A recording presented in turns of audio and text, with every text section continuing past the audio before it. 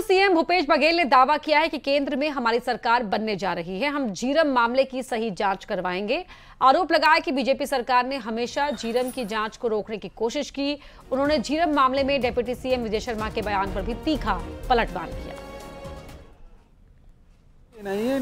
हमने बार बार कहा कि आप जांच नहीं कर पा रहे हैं, फाइनल रिपोर्ट आपने सबमिट कर दी, हमें जांच सौंप दें राज्य सरकार को।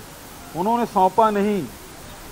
और गृह मंत्री से जब यहाँ आए थे, मध्य क्षेत्र की बैठक हुई जिसमें उपाध्यक्ष मैं था, उसमें भी मैंने वो मांग उठाई और अनेक पत्राचार है, राज्य सरकार उसे निकाल के देख ले।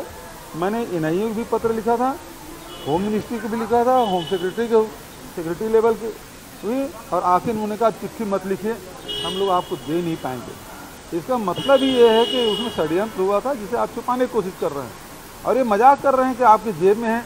मतलब विजय शर्मा की हिम्मत है कि मेरी जेब से निकालने की बात कर रहा है। आप सत्ता में बैठे हैं, इसका मतलब ये नहीं कि किसी गिरेबान में आपको हाथ डालने का अधिकार मिल गया। आपको किसने अधिकार दे दिया? वहीं झीरम कांड की बरसी पर बैज बोले कि पीड़ितों को न्याय नहीं मिल रहा है, ये दुर्भाग्यपूर्ण है। सबूत मिटाने का काम कर रही है बीजेपी। एनआईए ने सबूत मिटाने के प्रयास किए, मुझे नहीं लगता कि अब सबूत सामने आएंगे। झीरम कांड बड़ा षड्यंत्र था।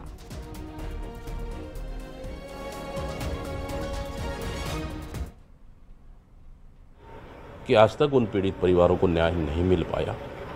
जो पीड़ित परिवार लगातार न्याय की गुहार लगा रहे हैं और छत्तीसगढ़ की जनता भी चाहती है, लेकिन भारतीय जनता पार्टी की सरकार चाहे एनआईए की जांच कर ले या अन्य जांच कर ले, लगभग पूरी सबूतों को और पूरे साक्ष्य को मिटाने का काम किया है ताकि सच्चाई तक नहीं पहुंच पाए। ये कहीं ना कहीं हम शुरू से कहते आ रहे हैं, अभी भी कह रहे हैं कि बहुत बड़ा। वहीं दीपक बैज के बयान पर डिप्टी सीएम विजय शर्मा का वार। भूपेश बघेल ने बोला था सबूत उनकी जेब में है, पूरी सरकार निकल गई, सबूत नहीं निकाला। भूपेश बघेल वरिष्ठ हैं, वो अपनी जेब टटोले। झीरम कांड की रिपोर्ट सार्वजनिक की जाएगी। नहीं, मैंने सुना था उनका पुराना बयान जिसमें उन्होंने कहा था कि उनकी सरकार के पूर्व उन्होंने कहा था कि झीरम घाटी की जाँच डॉक्टर रमन साहब की सरकार उसमें नहीं करा रही, तो माननीय भूपेश बघेल जी ने कहा था कि मेरे जेब में है। मुझे ध्यान था, तो फिर पूरी सरकार भी निकल गई, लेकिन वो नहीं निकला जेब से। तो मैं सोचा कि एक बार जेब में अगर होगा तो देखा जाए, टटोल लिया जाए।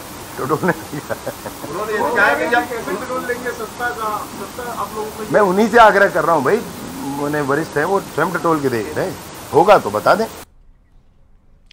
वहीं गरियाबंद में मनरेगा के मजदूरों का प्रदर्शन देखने को मिल रहा है। मजदूरों ने मनरेगा कार्यालय का घेराव किया। फिंगेश्वर में मनरेगा कार्यालय के सामने बैठे।